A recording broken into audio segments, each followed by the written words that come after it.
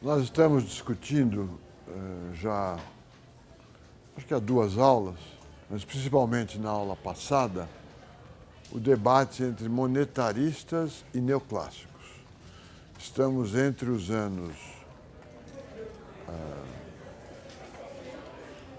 anos 45 e 80, é um longo período de tempo. O modelo ISLM ocupa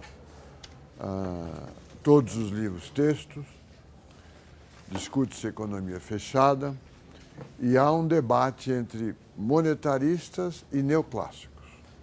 Os neoclássicos incorporaram a teoria keynesiana e deixaram de lado a teoria quantitativa da moeda, que seria um caso especial. Os monetaristas, particularmente da Universidade de Chicago, neste debate tentam resgatar a teoria quantitativa de moeda e apresentá-la como uma teoria empiricamente válida e mais simples do que o complexo modelo ISLM. Nesse período, nós poderíamos dizer de forma simplificada, os monetaristas é que estão por baixo, por cima estão os neoclássicos. Nesse debate nós mostramos na aula passada, ou nas aulas passadas, que a demanda de moeda para transações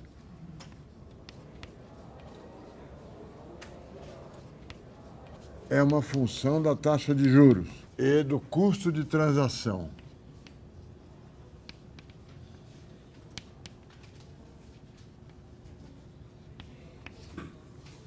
Ou seja, mesmo que o dinheiro seja usado apenas para financiar transações, como o capital de giro, ele depende da taxa de juros. É um artigo importante, teoricamente, porque ele trata do princípio das teorias de estoque, que depois alguns de vocês podem ver em cursos de administração de empresas, mas ele é um artigo que faz parte do debate. Mesmo se a demanda de moeda for uma demanda em função da renda nominal, ela para financiar o capital de giro, apenas para financiar transações, ela depende da taxa de juros. Vimos o artigo do Friedman, o resgate da teoria quantitativa, onde ele afirma, olha, a base teórica da teoria quantitativa é uma demanda por ativos que supõe que todas as taxas de retorno real dos ativos concorrentes é insensível à política monetária. Se isso for verdade, vale a teoria quantitativa da moeda. Então, ele incorporou a teoria quantitativa da moeda, vamos dizer, ao corpo geral da teoria econômica, onde existem demandas derivadas de curvas de utilidade e um comportamento racional. Vimos a saída empírica do Friedman para defender a teoria quantitativa, a hipótese de renda permanente,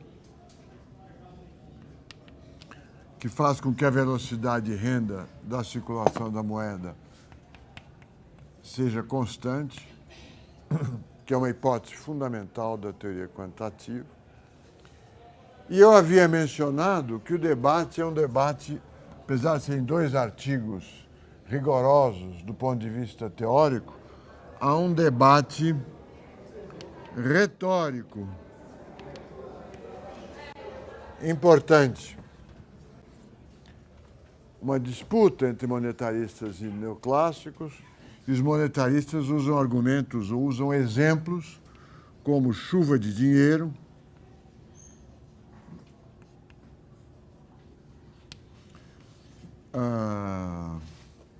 efeito riqueza,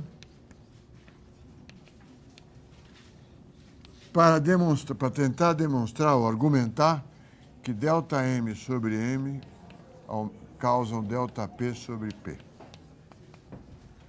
Ou seja, aumentando a oferta de meios de pagamento, aumenta o nível geral de preços. é um debate, vamos dizer, de baixo nível. Teve soco abaixo, teve golpe abaixo da linha de cintura, da cintura. Eu mostrei isso na aula passada. Chuva de dinheiro não é um exemplo ou uma analogia significativa para a política monetária. O dinheiro não cai do céu quando se aumenta a quantidade de dinheiro.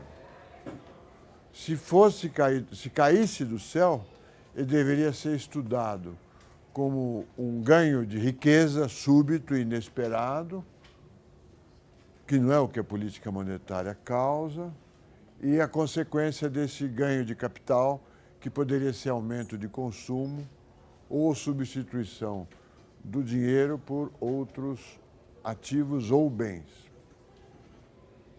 Portanto, é um exemplo, é uma analogia imprópria. E é o que o Tobin mostrou, ou mostra, naquele artigo que vocês têm que ler, é um artigo difícil, em inglês, que se chama Money and Other Stores of Value. Uma recomendação genérica, que eu acho que talvez vocês não precisem, não há por que temer artigos difíceis de economia ou de outras áreas de conhecimento. Né? É difícil na primeira vez, na segunda se esclarece, na 10ª talvez vocês leiam de uma outra forma. Aprender não é uma tarefa simples ou indolor. Aprender, na realidade, se trata de desaprender uma coisa para aprender outras. Trocar o software. Mas o software residente, ele é resistente a um novo software. Né? Quando um aluno ou quando alguém diz eu não entendi, essa expressão significa muitas coisas, mas significa também eu não entendi porque eu entendo de outra forma. Eu não quero abrir mão da forma pela qual eu entendo. Aprender tem esse sofrimento, essa fricção,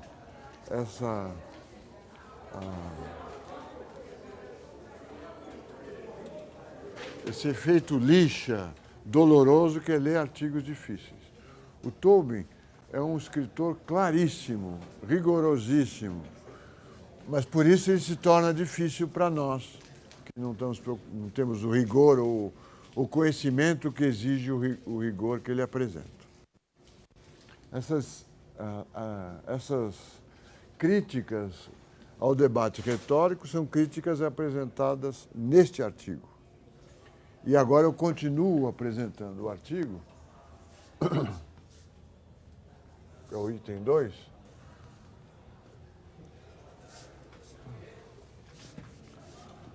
e que esse artigo vai nos permitir algumas conclusões importantes sobre a dívida pública brasileira e uma compreensão mais correta de como é que funciona esse negócio de dinheiro. Ele é uma etapa importante na teorização sobre dinheiro.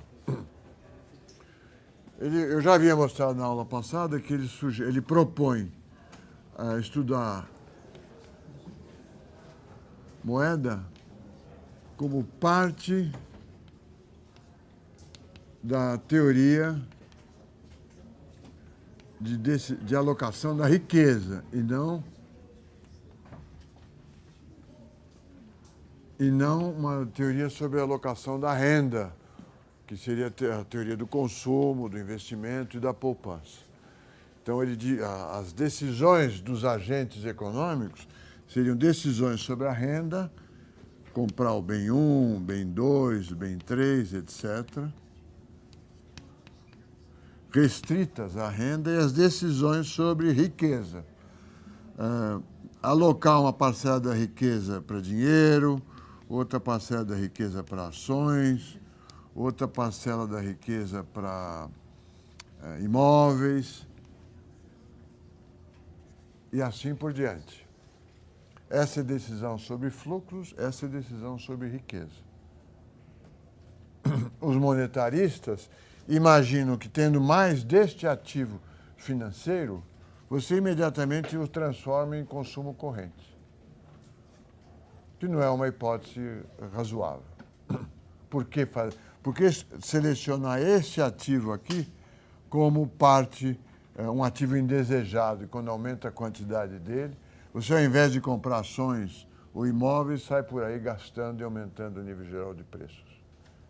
Né? O nível geral de preços mede o preço dos produtos de produção corrente.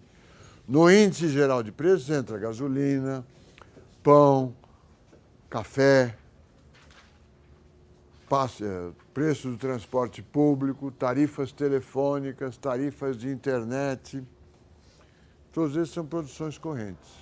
Entra preço de automóvel também. Não é produção corrente, mas convencionalmente, quer dizer, a produção de automóveis é corrente, mas não é uma coisa que precisa comprar todo mês. Né? Você pode...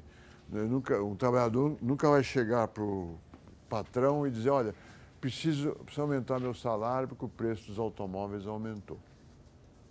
Porque fala, espera ele cair. Ou não compra automóvel, toma ônibus.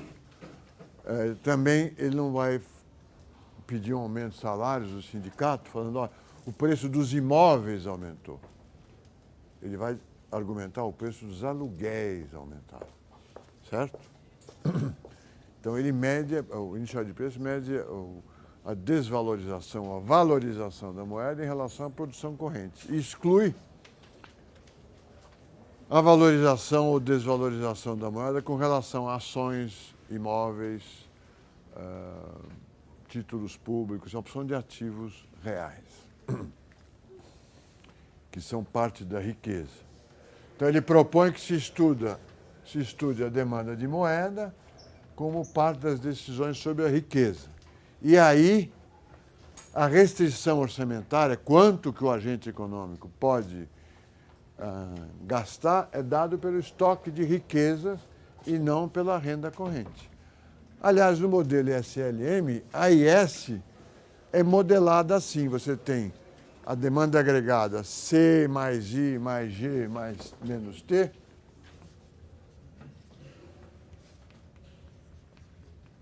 Isso aqui é produção corrente. E tem uma demanda de moeda,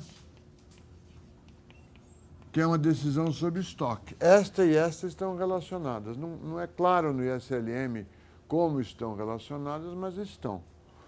O acréscimo de riqueza de qualquer um de nós é igual à poupança.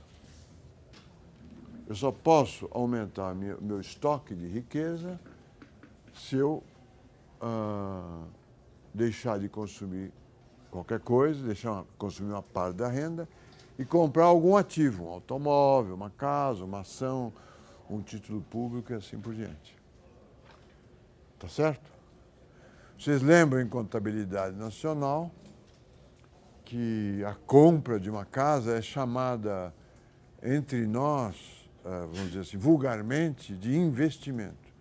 Mas, do ponto de vista macroeconômico, não é investimento, só se for uma casa nova, a construção de uma casa nova. Mas eu trocar o meu dinheiro pela sua casa, isso não é investimento no agregado. Certo? Isso é uma troca de riquezas dentro do setor privado.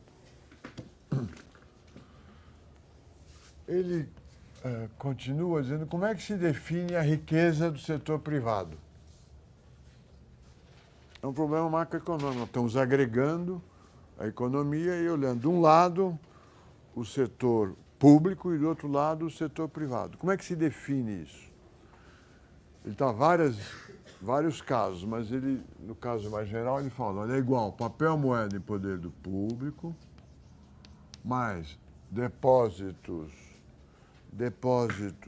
à vista, setor privado não bancário, depósitos à vista, mais títulos de crédito públicos, títulos públicos, né?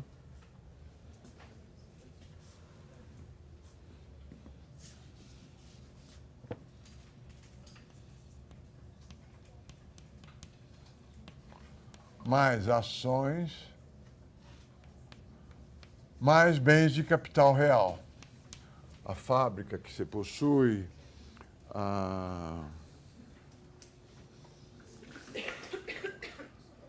fábrica, os automóveis, a casa, os computadores, os móveis, tudo isso é o capital real.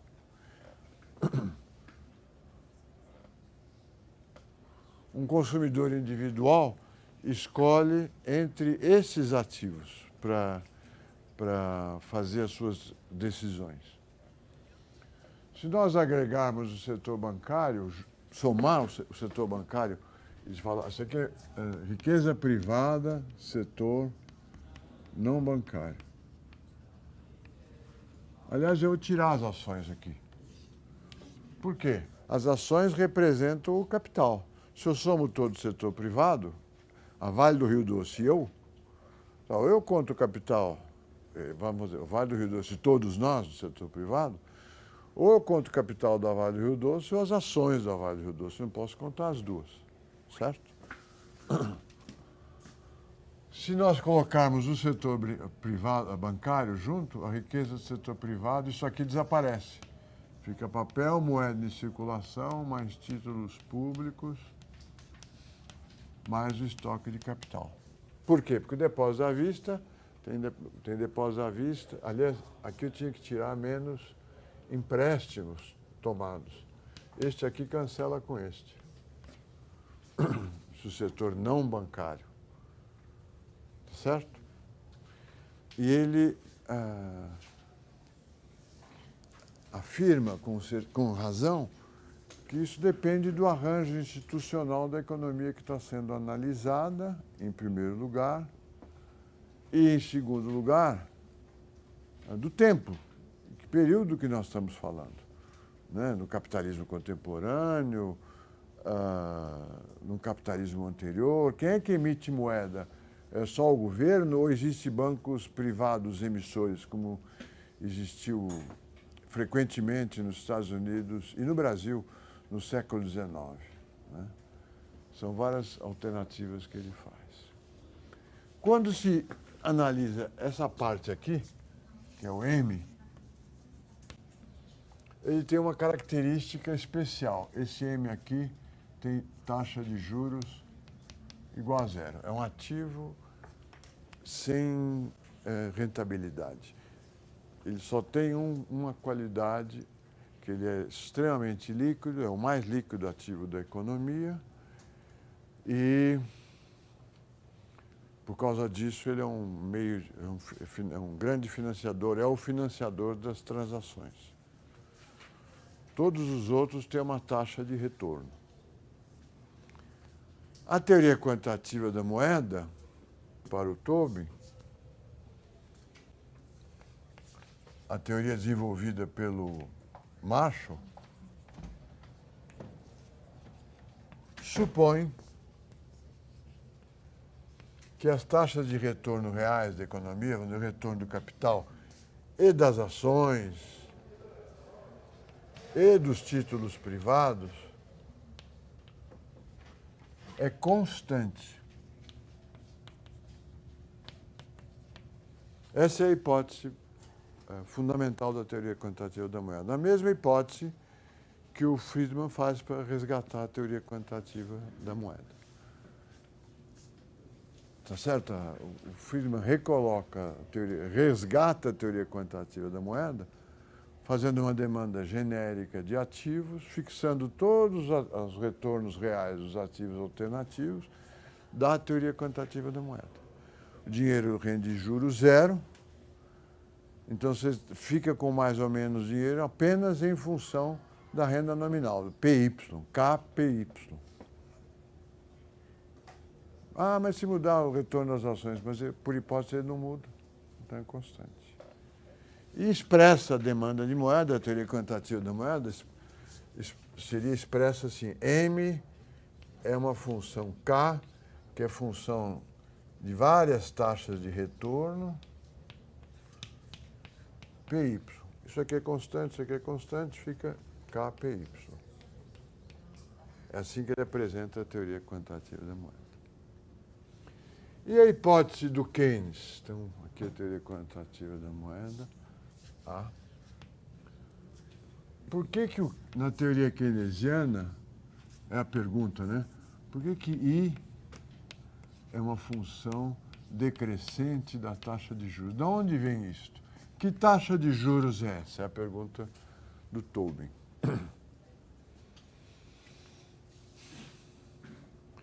Uma nota, uma observação aqui, fora do curso.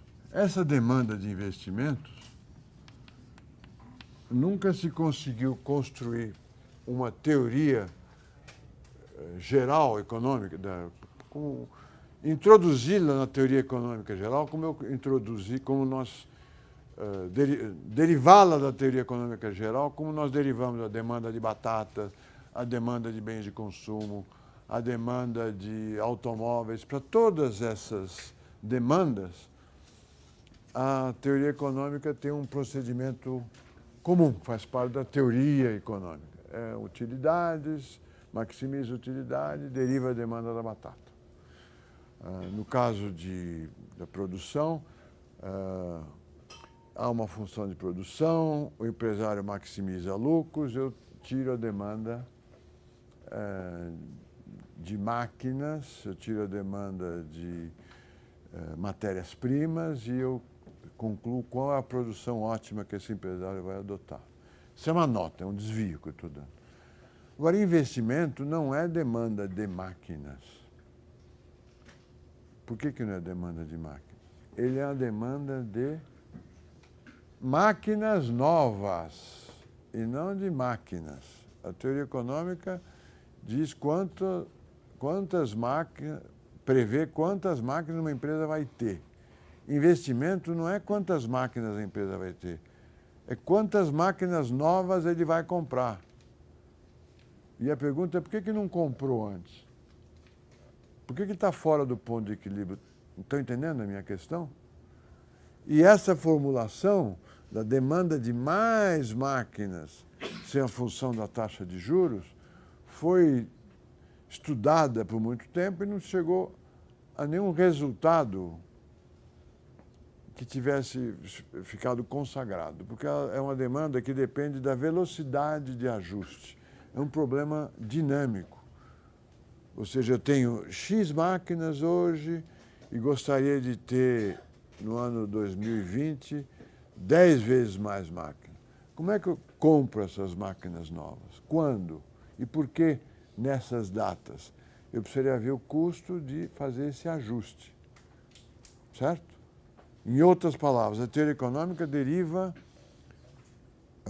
uma demanda por um estoque de máquinas. A demanda de investimentos é uma demanda por uma variação no estoque. Por que o empresário a empresa não está no ponto ótimo imediatamente? Se ela não está no ponto ótimo, ela quer esse volume de máquinas e tem este, por que ela não pulou para este imediatamente? Deve ter um custo de ajuste. Vou comprar a máquina só ano que vem, o que eu perco de produção nesse período é compensado, é menos importante do que eu gastar os meus recursos agora. É uma teoria de dinâmica. Né? E sendo dinâmica, depende de velocidades, por que essas velocidades são assim ou assado, então não há uma teoria econômica que eu pudesse perguntar no vestibular ou na prova, derive a base teórica da demanda de investimento. Ia dar problema. Ficou em aberto. E é um conceito que faz parte da nossa visão de problemas econômicos. A baixa taxa de juros aumenta o investimento. É um conceito que também pertencia à teoria clássica. Né? Baixa taxa de juros aumenta a quantidade de investimento. Mas ela não tem uma base como a demanda de batata, ou a demanda de café, ou a demanda de mão de obra, por exemplo. A demanda de mão de obra é dada pelo valor da produtividade marginal do trabalho.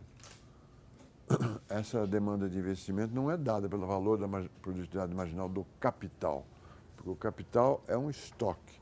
Investimento é mais desse estoque. Mas isso é uma nota. Observação, nota.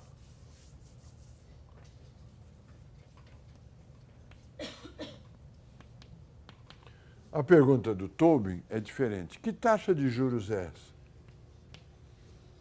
Investimento é função da taxa de juros. Eu não preciso explicar para vocês que existe uma infinidade de taxas de juros. Existe a taxa de juros da caderneta de poupança, existe a taxa Selic, que é a taxa de juros que o Banco Central usa para descontar os seus próprios papéis ou dar liquidez para o sistema bancário. Existe o CDI, que é a taxa que um banco cobra do outro para fazer empréstimos de curto prazo. CDI, quer dizer, Certificado de Depósito Interbancário.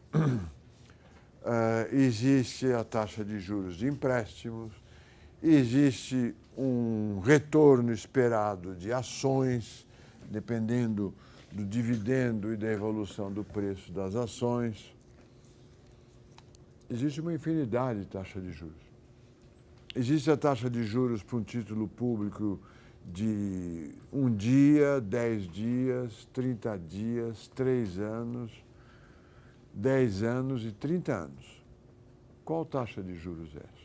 O Tobin afirma que o Keynes fez a seguinte hipótese. O modelo do Keynes, esse aqui, fez a seguinte hipótese. Todos os ativos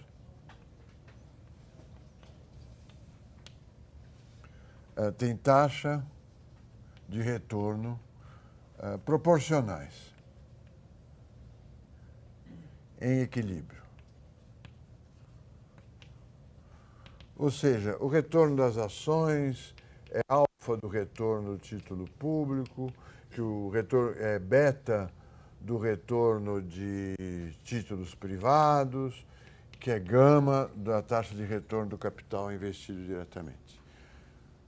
Esses ativos não têm taxa de retorno igual porque eles têm características diferentes em termos de liquidez, risco de variação de preço e risco de crédito. Mas há um equilíbrio. Se o mercado financeiro estiver em equilíbrio, eles mantêm uma certa proporcionalidade. O título que tem mais liquidez tem um retorno menor. O título que tem menor risco tem um retorno menor. O que tem maior risco tem um retorno maior. Mas em equilíbrio, se é que isso existe no mercado financeiro, a arbitragem, a troca entre papéis e entre ativos, faz que elas mantenham uma certa proporcionalidade. E essa taxa média aqui, vamos dizer, RA, é uma taxa média, é a taxa com a qual você compara o investimento. A continuação, o modelo do Keynes. Todos os ativos têm uma taxa de retorno média dada vamos por I, né? Não é R, dada por I. São taxas diferentes entre eles, mas a diferença é sempre a mesma. E depende das características do ativo. E é comparada esta taxa com a taxa de retorno do dinheiro, que é zero, por definição. Então, a demanda de investimentos teria aqui a taxa de retorno dos ativos, aqui a demanda de investimentos. Quanto você está disposto a abrir mão das vantagens do dinheiro para obter uma taxa de retorno média igual à taxa de retorno dos ativos financeiros aplicados na produção. Ele fala, é uma boa hipótese, mas é uma hipótese, é uma conjectura, é uma alternativa que dá os resultados que nós conhecemos, por exemplo, o crowding out. Se o governo vende títulos públicos, fica mais interessante aplicar em títulos públicos do que investir, há uma expulsão do investimento privado. o título público aí aparece como uma alternativa ao capital produtivo aplicado na economia. Ele não tem nada contra essa hipótese. Ele fala, mas essa é uma hipótese.